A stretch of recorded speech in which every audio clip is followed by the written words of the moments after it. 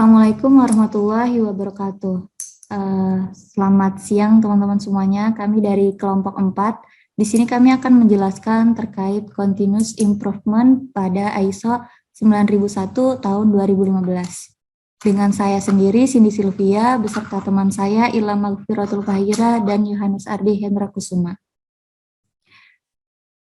Continuous improvement yaitu perbaikan yang dilakukan terhadap suatu sistem sehingga membuat sistem tersebut semakin lama menjadi lebih baik dari sebelumnya secara berkelanjutan. Continuous improvement sendiri ini diambil dari metode di Jepang yaitu dengan nama lain Kaizen, yaitu suatu metode untuk mengidentifikasi peluang perbaikan untuk merampingkan cara kerja dan mengurangi pemborosan pada suatu kerja. Nah, di sini ada perbedaan antara continuous improvement dan continual improvement. Dalam artinya sendiri, continuous dan improvement sendiri itu hampir mirip, tetapi berbeda pada fokusnya. Kalau untuk continuous improvement yaitu upaya perbaikan yang lebih fokus dan spesifik pada pendekatan manajemen proyek, di mana fokusnya pada proses, layanan, produk, dan hasil. Biasanya menggunakan metode go and go dengan teknik statistical process control. Sedangkan continual improvement yaitu merujuk pada perbaikan secara luas atau umum, mencakup perbaikan terputus menggunakan banyak pendekatan dan area berbeda. Biasanya disebut metode start and stop. Nah, di mana sih kita bisa menggunakan continuous improvement ini dan kapan? Continuous improvement ini digunakan ketika suatu proyek mengalami penurunan kualitas atau ada kesalahan dalam sistem. Jadi, penggunaan continuous improvement ini untuk menjaga standar kualitas namun juga menghemat waktu dan biaya. Jadi, perusahaan mencari cara kerja yang lean termasuk juga pada penggunaan continuous improvement. Dengan memperhatikan best practice dalam continuous improvement, perusahaan dapat mencari cara untuk melanjutkan usaha sebagaimana biaya sambil turut menganalisa peluang perbaikannya. Ada manfaat penggunaan dari continuous improvement. Di sini bisa merampingkan alur kerja atau mengefektivitaskan. Contohnya itu proyek yang melibatkan deadline yang berganti, perubahan prioritas, dan kompleksitas lainnya. Jadi di sini seringkali memiliki peluang untuk perbaikan, tetapi peluang ini perlu adanya orang yang mengontrol. Yang kedua, menurunkan dan mencegah kelebihan biaya. Contohnya itu pada perusahaan di mana manajer harus mengetahui biaya banyak proyek dari kantornya. Dengan continuous improvement ini dapat mengetahui panjang waktu yang diperlukan untuk menyelesaikan suatu proyek. Nah, lalu selanjutnya continuous improvement maturity atau cara menilai kedewasaan dari continuous improvement, di mana ada 6 penilaian yang bisa dipakai ya. Yang pertama dari pemahaman atau memahaminya, yaitu sejauh mana kelompok memahami sifat perbaikan secara terus-menerusnya itu. Lalu yang kedua, poin niat, di mana sejauh mana kelompok itu berniat untuk meningkatkan terus-menerus lepas dari kapasitasnya untuk melakukannya. Lalu metode dan alat, di mana sejauh mana kelompok memiliki metode dan alat yang terkait untuk melakukan perbaikan terus-menerus. Lalu irama dan momentum, ini porsi ini menghubungkan langsung dengan persoalan dinamika kelompok dan bagaimana menjaga momentum dalam kerja kelompok. Ibaratnya kayak menjaga alur agar tetap stabil. Nah, lalu kinerja itu seberapa efisien dan efektif kelompok dalam melaksanakan perbaikan. Lalu ada nilai, sejauh mana kelompok itu mampu mengelola peningkatan nilainya. Jadi misalnya dari 85 ke 90, itu sejauh apa dia bisa mengusahakannya. Nah, ini ada contoh bentuk penggambaran grafiknya ya. Ada yang bentuknya segi 6, dan ada yang bentuknya grafik seperti arus ini. Dan ini bisa dilihat ya, misalnya nilainya untuk pemahaman ada 3, lalu untuk metode ada 3, dan performance 1, kadesan 1, dan intent 2, dan value-nya 0. Dan ini misalnya ya per bulannya. Nah, lalu apa sih hubungan antara visi, misi, tujuan perusahaan dengan peningkatan kinerja PKICDSME? Nah, kita harus tahu dulu nih PKICDSME ini apa? Yang pertama P, itu productivity. Nah, productivity itu merupakan pencapaian kinerja atau hasil produksi yang dicapai oleh perusahaan. Lalu Q-nya itu quality. Quality itu menjelaskan mengenai kualitas yang dihasilkan dari suatu proses produksi. Nah, C-nya itu cost, yang merupakan biaya yang dikeluarkan oleh perusahaan dan mengelola bisnisnya. Lalu D, delivery, merupakan pengiriman barang atau produk yang dilakukan oleh produsen ke konsumen. Lalu S-nya itu safety, yang merupakan tingkat keselamatan yang berada dalam lingkungan kerja. Lalu M, itu moral. Moral itu merupakan sikap yang ditunjukkan oleh para karyawan dan pemilik perusahaan. Lalu E-nya itu environment, merupakan kondisi lingkungan di sekitar area kerja perusahaan. Nah, ini kenapa ke-7 ini saling berhubungan dengan visi dan misi tujuan? Karena ketika kita melupakan satu hal ini, maka salah satu visi, misi, atau tujuannya ada yang tidak tercapai. Contohnya saja, misalnya kualitas yang tidak baik. Nah, maka bisa mempengaruhi visi yang misalnya menjadi perusahaan terbaik di Indonesia, misal. Nah, itu akan mempengaruhi salah satunya. Dan misalnya tujuannya menciptakan lingkungan kerja yang sehat dan harmonis, tapi environment-nya tidak dijaga. Maka ya, salah satu dari visi atau misinya itu tidak ada yang tercapai. Contohnya seperti itu hubungannya. Nah, lalu ada piramida continuous improvement. Nah, di sini ada 4 ya. Yang pertama ada Kakusin, Kaikaku, Kaizen Teinan, dan Kaizen Event. Nah, Kakusin sendiri ini adalah terjadi ketika Anda pindah ke cara yang baru sekali dalam melakukan sesuatu. Nah, contohnya kayak kalian biasanya masak mie pakai panci, terus selanjutnya masak mie-nya pakai magicom. Nah, itu kan cara yang baru. Nah, lalu Kaikaku, berarti membuat perubahan besar dalam cara melakukan sesuatu. Nah, ini ibaratnya udah lebih ke kayak seperti ganti alat sih. Oh ya, alat sedikit yang sebelumnya ya Kakucin sama Kaikaku ini emang hampir mirip, cuma Kaikaku tuh ada perubahan alatnya. Nah, Kakucin itu perubahan prosedurnya. Misalnya yang tadi masak mie-nya tadi awalnya misalnya 3 menit. Nah, Kakucin itu misalnya diubah selama 5 menit atau dipercepat selama 1 menit. Nah, Kaikaku yang tadi yang awalnya tadi masaknya di panci dipindah ke magicom atau ke yang lainnya. Nah, terus lalu ada Kaizen Tenan. Tenan itu dijermakan sebagai saran. Jadi maksudnya di sini nih lebih kayak menyarankan, bukan sebagai suruhan. Nah, untuk contoh sederhananya, biasanya kan poster umum tuh ada uang untuk ide Anda.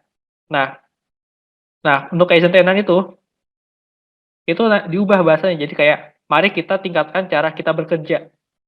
Jadi ada seperti yang digambar ini yang menyemangati orang untuk berpartisipasi, terus ada peningkatan proposal, ada review, evaluasi, dan pengawalan, dan hadiah dan recognition. Nah, jadi Kaizen Tenan tuh lebih kayak saran, cuma lebih mengajak ibaratnya. Lalu ada Kaizen Event. Nah, Kaizen Event itu adalah proyek perbaikan berdurasi pendek dengan tujuan khusus itu tuh untuk perbaikan. Nah, biasanya ini acara dipimpin oleh fasilitator dengan tim pelaksana yang sebagian besar bahkan anggota dari daerah di mana acara Kaizen sedang dilakukan. Nah, lalu ada esensi implementasi continuous improvement. Nah, ketika kita mengimplementasi continuous improvement, yang pertama, indeks kepuasan pelanggan akan meningkat. Jadi, pelanggan tuh makin banyak yang puas. Nah, lalu selain itu, komplain pelanggan akan turun. Di mana ketika kita menerapkan implementasi ini, maka komplain yang terkait produk kita ataupun hal yang lainnya itu akan menurun. Lalu cost of poor quality itu turun. Nah, Cost of poor itu apa sih maksudnya?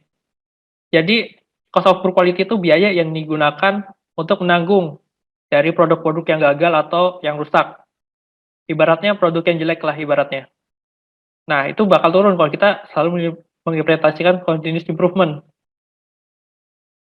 Nah, lalu yang selanjutnya pekerjaan ulang itu akan berkurang.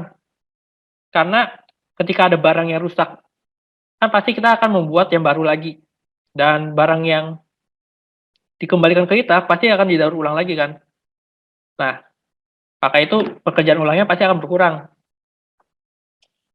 Nah, lalu pengiriman tepat waktu.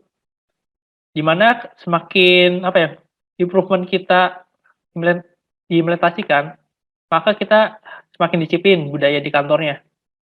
Lalu waktu operasi lebih singkat, di mana tidak apa ya, tidak perlu lagi memikirkan hal-hal yang misalnya menjadi masalah kendala. Jadi kita mengoperasikannya lebih singkat lagi waktunya. Misalnya ketika hari ini ada 10 kendala, akan berbeda waktu operasinya dengan yang nggak ada kendala. Nah, lalu selain itu manfaatnya itu harga jual lebih kompetitif. Di mana ketika kita selalu menawarkan yang terbaik kepada pelanggan, maka pelanggan itu akan merasa, oh ini harganya pas nih dengan kualitas segini dan pelayanan seperti ini. Maka pelanggan akan merasa puas dan merasa harga ini harga yang tepat dan apa ya, bersainglah di pasaran.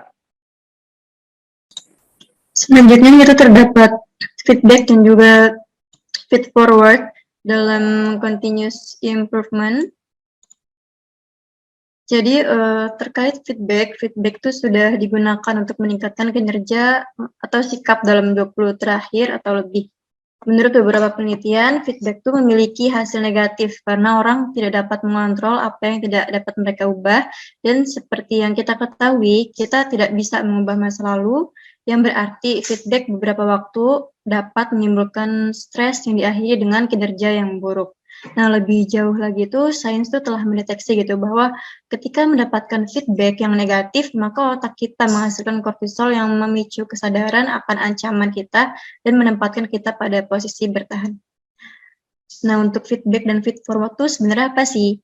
Nah, untuk feedback itu merupakan informasi tentang reaksi terhadap suatu produk, kinerja seseorang terhadap suatu tugas yang digunakan sebagai dasar untuk perbaikan. Contohnya itu modifikasi atau kontrol suatu proses atau sistem dengan hasil atau efeknya, misalnya dalam jalur biokimia atau respons perilaku. Sedangkan feed forward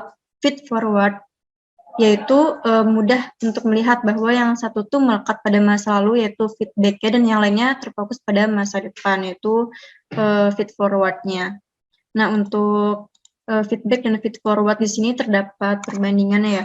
Untuk feedback ini yang pertama menegaskan apa yang sudah diketahui itu, contohnya seperti Anda tuh benar-benar pandai gitu dalam melakukan hal itu. Terus yang kedua itu point out problems, yaitu menunjukkan ide itu tidak akan berhasil karena suatu masalah mungkin ya. Terus yang ketiga terdapat apakah rubrik berpikir tempat pembuangan informasi hanya dengan 10-20 pengukuran yang berbeda. Lalu tries not to be mean, yaitu mencoba untuk tidak bermaksud yang tidak baik gitu ya, yang menyembunyikan kritik di dalam pujian gitu. Selanjutnya yaitu tidak selalu menawarkan rencana tindakan, itu doesn't always offer a plan of action, yang fokusnya tuh hanya pada pengukuran bukan rencana gitu untuk perubahan. Yang terakhir itu come from the top down, jadi datangnya tuh dari atas ke bawah gitu. Hal ini disampaikan di dalam hierarki yang ketat itu dari orang-orang di dalam tim yang sama juga. Sedangkan untuk feed forward, yang pertama terdapat regenerant talent. Jadi untuk regenerant talent ini contohnya seperti apakah siapa gitu yang akan memimpin pelatihannya. Lalu yang kedua, memperluas kemungkinan, expand possibilities, seperti bagaimana jika kita menambahkan ini suatu peluang, bisa dikatakan sebagai suatu peluang. Yang ketiga itu particular, yang berlangsung di dalam instruksi dan berfokus hanya pada beberapa hal. Yang keempat yaitu autentik ya, jadi menggambarkan masalah dan juga dampaknya, kemudian meminta orang tersebut untuk mencari solusinya. Selain itu ada impact.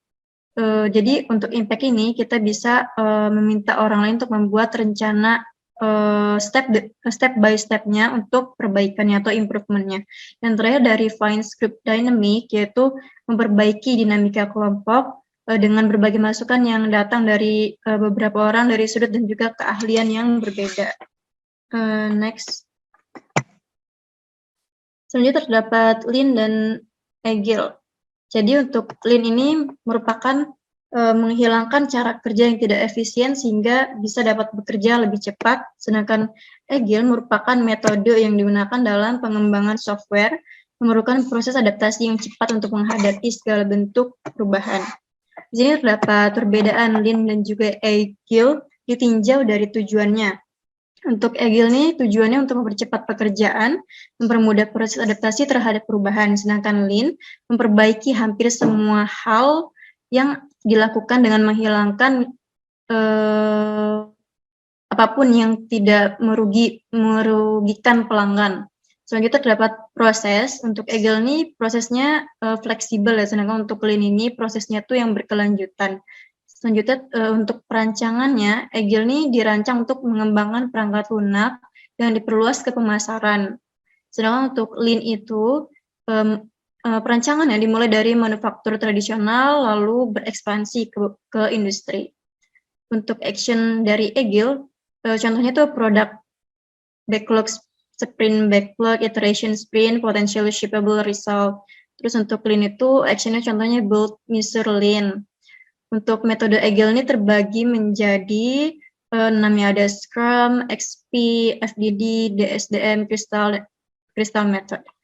Dan juga untuk ini metodenya ada Kanban, Kaizen. Next. Untuk Lean Method dibagi menjadi 3, yaitu terdapat Kanban, Kaizen, dan juga Six Sigma. Untuk Kanban sendiri merupakan kerangka kerja yang meningkatkan transparansi pekerjaan yang mengalir melalui alur kerja dengan melacak status pekerjaan dari awal hingga selesai. Jadi untuk Kanban ini dibuat suatu alur kerja, kemudian memantau pekerjaannya dari awal sampai selesai. Sedangkan untuk Kaizen ini, dia perannya untuk meningkatkan quality cost delivery, di mana sasaran utamanya itu meningkatkan kepuasan pelanggan dan juga meningkatkan loyalitas konsumen. Dan yang ketiga merupakan Six Sigma, yang merupakan perbaikan dan peningkatan proses serta pengendalian kualitas secara terus-menerus. Jadi tujuan dari Six Sigma itu untuk meningkatkan performa dan menurunkan kemungkinan kesalahan. Next. Sedangkan untuk Agile Method terbagi jadi 2, yaitu terdapat Scrum dan juga Extreme Programming. Scrum ini merupakan kerangka kerja Agile untuk pengembangan perangkat lunak yang menangani proyek kompleks dengan mudah dan menjelaskan alur kerja lengkap yang diadopsi oleh perusahaan. Contohnya di perusahaan Fortune 500 di seluruh dunia. Dan juga untuk Extreme Programming merupakan metodologinya dalam pengembangan Agile Software Development Methodologies yang berfokus pada coding dan juga aktivitas utama dalam semua tahapan siklus pengembangannya. Next. Untuk Lean Method terdapat Kanban Board. Jadi Kanban Board ini contohnya terdapat kerangka susunannya ada ideas, to do in progress, dan juga done. Untuk ideas ini pertama kali yaitu gagasan yang dipikirkan melalui pemikiran yang tidak mungkin atau tidak mungkin terjadi pada suatu pertanyaan. Lalu di sini to do in progress dari ide yang dipikirkan lalu memilih gitu siapa yang akan melakukan pekerjaan dan kapan akan dimulainya. Selanjutnya terdapat in progress. Pada in progress ini dari orang-orang yang dipilih tersebut melakukan pekerjaan apa dan bagaimana seperti itu. Yang untuk done ini yaitu hasil pekerjaan yang telah selesai. Selanjutnya di sini terdapat Kaizen Method. Kaizen Method ini berdasarkan konsep payung yang mencakup sebagai besar praktis Jepang yang bahkan yang dikenal seluruh dunia. Jadi konsep payungnya terdapat di bawah ini, terdapat customer orientation, lalu TQC, lalu robotics, QC circle, suggestion system, automation, discipline in the workplace, TPM, lalu terdapat Kanban, quality improvement, zero effect, small group activities, corporate elaborate management relation, productivity improvement, dan juga new product development.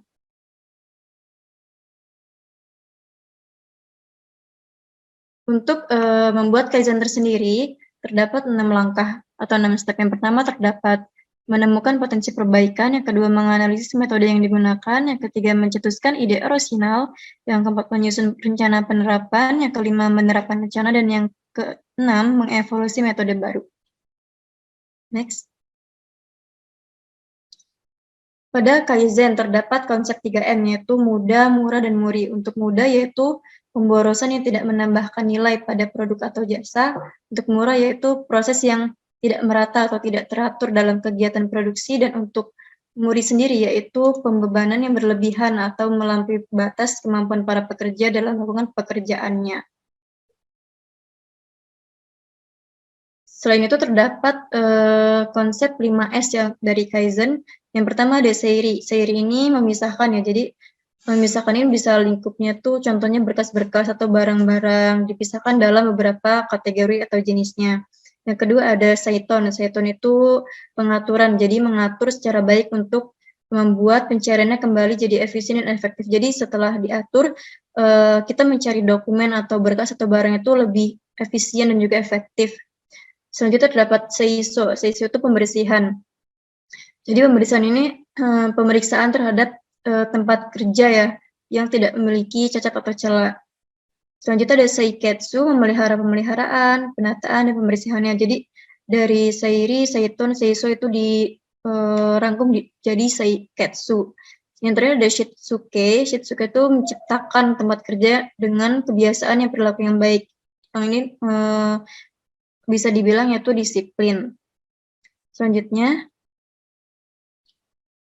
pada Kaizen juga terdapat konsep PDCA, yaitu Plan, Do, Check, Action. Pada Plan itu merupakan tahap perumusan rencana tindakan untuk mencapai target. Pada Do, yaitu penerapan dari rencana, apa yang akan dilakukan, kapan, siapa, dan bagaimana. Yang ketiga ada Step Check, yaitu memantau kemajuan perbaikan yang direncanakan. Bagaimana suatu planning itu berjalan, itu harus selalu dicek. Dan yang terakhir itu action, yaitu standarisasi prosedur untuk menghindari kembali problem yang sama atau menetapkan sasaran baru bagi perbaikan selanjutnya. Selain metode yang terakhir terdapat Six Sigma. Pada Six Sigma terdapat prinsip. Pada prinsip pertama itu fokus pada konsumen. Six Sigma harus berhasil memaksimalkan manfaat bagi konsumen. Oleh karena itu, bisnis yang berusaha menggunakan metode Six Sigma harus memahami konsumennya dengan baik dan mengetahui apa yang memuaskan mereka. Yang kedua, mengukur value stream dan mengidentifikasi masalah. Dalam hal ini, melakukan pemetaan proses adalah yang wajib dilakukan untuk mengetahui potensi masalah yang mungkin terjadi. Data harus dikumpulkan untuk mengidentifikasi masalah yang perlu diselesaikan. Untuk implementasi Six Sigma efektif, penting untuk menentukan tujuan yang jelas agar pengumpulan data dapat dilakukan dengan tepat. Yang ketiga, terdapat eliminasi proses yang tidak perlu. Jadi setelah masalahnya ditemukan, kita bisa melakukan perubahan proses untuk mengurangi aktivitas atau proses yang tidak memberikan manfaat bagi produk akhir. Nah, hal ini dilakukan untuk meningkatkan kualitas dan efisiensi proses dengan membuatnya lebih lancar. Yang keempat, terdapat partisipasi semua pihak. Nah, agar strategi yang disusun itu berhasil, maka kita harus melibatkan stakeholder agar permasalahan dan penyelesaiannya dapat diidentifikasi secara maksimal. Six Sigma berdampak besar bagi perusahaan. Oleh karena itu, semua orang harus benar-benar memahami konsep dan aplikasinya dalam bisnis untuk mengurangi resiko kegagalan dan juga melancarkan proses. Yang terakhir, terdapat ekosistem yang fleksibel dan juga responsif. Dalam konsep Six Sigma, segala bentuk inefisiensi atau pemborosan itu harus disingkirkan. Nah, oleh karena itu perusahaan itu membangun budaya perusahaan yang fleksibel dan responsif, khususnya dalam melakukan perubahan dalam prosedur agar lebih efektif. Jadi semua karyawan itu harus pada Six Sigma terdapat metode yaitu DMI dan juga DMA DV proses. Untuk DMAIC merupakan metode yang bersifat data driven, di mana untuk mengembangkan produk atau jasa yang sudah ada untuk meningkatkan kepuasan dari konsumennya. Nah, biasanya DMAIC itu digunakan untuk manufaktur produk atau pengiriman sebuah jasa. Pada DMAIC terdapat 5 proses, yaitu pertama define, penentuan masalah, tujuan, dan proses. Yang kedua terdapat measure, yaitu pengukuran masalah, performa, dan juga evaluasi sistem pengukurannya. Yang ketiga terdapat analyze, yaitu analisis terhadap efektivitas dan juga efisiensi proses untuk mencapai tujuannya. Yang keempat terdapat improve, yaitu identifikasi cara perbaikan atau pengembangan suatu proses. Dan yang terakhir terdapat kontrol, yaitu proses penilaian, performa implementasi, strategi tahap-tahap sebelumnya. Yang kedua terdapat DMA-DV. Pada DMA-DV itu merupakan metode yang digunakan untuk membuat desain atau mendesain ulang proses manufaktur produk baru. Metode ini cocok dipilih jika proses atau produksi yang dilakukan itu tidak memuaskan pelanggan meskipun sudah dilakukan optimalisasi. Pada define, yaitu pada fase ini desain project itu akan didokumentasi. Jadi apa kunci dari persyaratan dan juga ekspektasi dari DFSS project, apa yang harus didesain dan mengapa, yaitu membuat development strategi, membuat target dan juga ide produk, mendevelop case business, membuat plan dan juga mendefine project plan, terus mendefine sumber dan juga gates-nya, kemudian membuat evaluasi, membuat starting point dan juga exiting dari roadmap-nya, lalu communication plan juga membuat target biayanya. Selanjutnya yaitu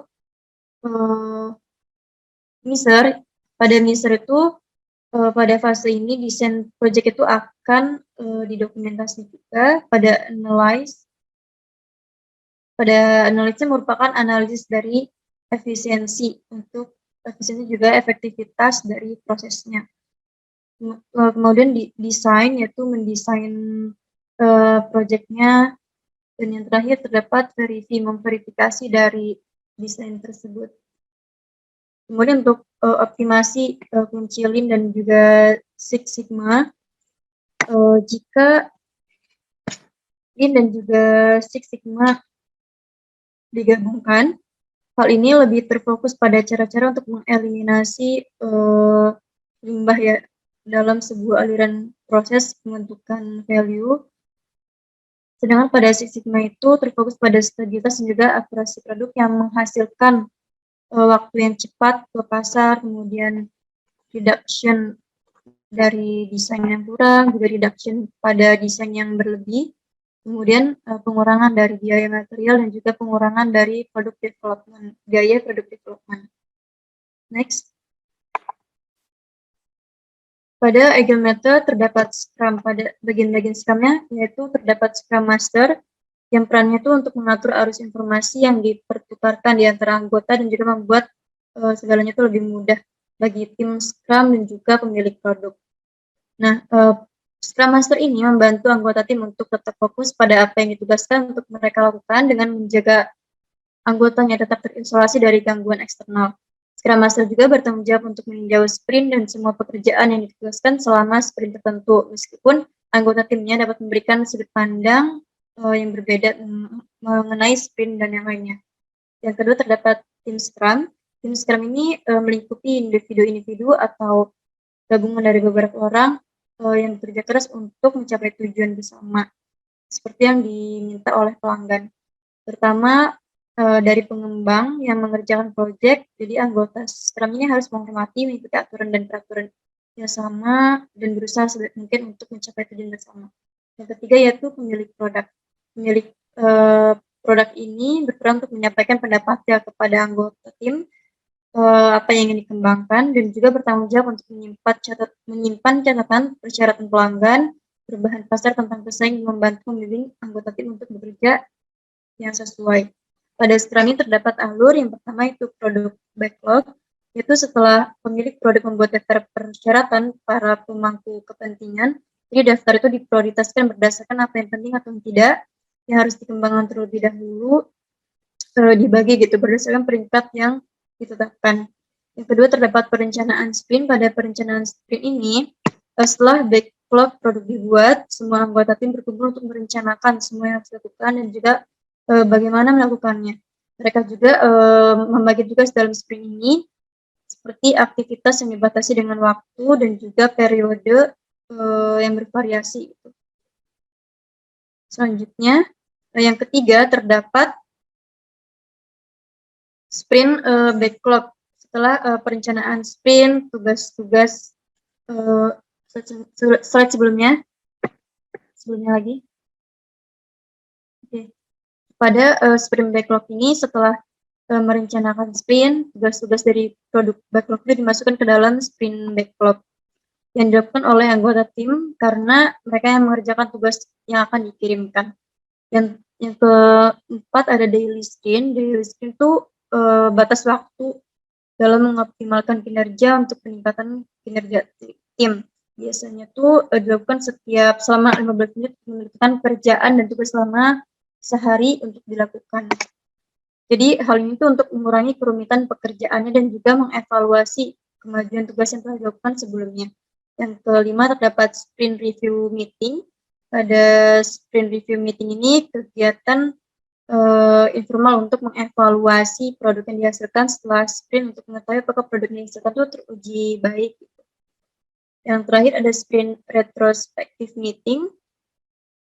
Jadi retrospective sprint itu dilakukan di akhir sprint itu untuk meningkatkan produk atau deliverable agar lebih produktif anggota timnya untuk meningkatkan produk saat retrospeksi. Next. Yang selanjutnya terdapat agile method yaitu extreme programming. Pada extreme programming terdapat metodologi pengembangan XP. Yang pertama itu planning, perencanaan, yaitu tahap dengan pemahaman konteks bisnis dari aplikasi yang mendefinisikan output, fitur yang terdapat pada aplikasi, fungsi dari aplikasi yang dibuat, serta alur pengembangan aplikasi. Yang kedua terdapat desain keperancangan, di mana mendesain aplikasi secara sederhana. Alat yang digunakan biasanya itu CRC, itu Class Responsibility Collaborator, yang memetakan kelas-kelas yang akan dibangun dalam use case diagram, class diagram, dan juga activity diagram. Yang ketiga yaitu coding, merupakan pengkodean, yaitu penerjemahan dari perancangan dalam bahasa pemrograman yang dikenali oleh komputer. Jadi pada selanjutnya yang keempat, testing. Testingnya pengujian yang telah dibangun harus diuji terlebih dahulu agar menemukan kesalahan-kesalahannya. Selanjutnya, next slide, itu business process excellence. Business process excellence itu apa sih? Jadi business process excellence itu merupakan penyerahan nilai kepada pelanggan yang internal maupun eksternal, penciptaan standar-standar baru yang lebih tinggi untuk praktek terbaik yang ada, itu praktek bisnisnya, dan juga bisa sampai desain ulang proses bisnis dan industri yang hiperkompetitif. Jadi BP ini punya prinsip, ada 5 prinsip. Yang pertama tuh profitability, atau kemampuan menghasilkan keuntungan perusahaan yang menunjukkan bahwa bisnis itu unggul yang akan meningkat terus-menerus apabila produknya itu meningkat. Yang kedua tuh ada product excellence yang sesuai dengan kebutuhan pasar atau melebihi kebutuhan. Yang ketiga ada proses excellent. Pada proses excellent ini prosesnya mencapai keunggulan kinerjanya jika terdapat peningkatan atau perbaikan programnya secara terus-menerus. Kemudian performance excellence. Pada performance excellence ini akan berhasil jika dilakukan oleh orang-orang yang ahli gitu dalam perusahaan. Yang terakhir ada people excellence. Pada people excellence orang-orangnya akan mencapai keunggulan kinerjanya gitu hanya jika meningkatkan pembelajaran dan juga learning dan juga growth tentang konsep, metode, dan juga alat yang digunakan dalam solusi setiap masalah di pekerjaan untuk mencapai keunggulan proses dalam bisnis, yaitu business process excellence. Baik, terima kasih. Sekian presentasi dari kelompok kami. Kurang lebihnya mohon maaf. Kami tutup. Wassalamualaikum warahmatullahi wabarakatuh.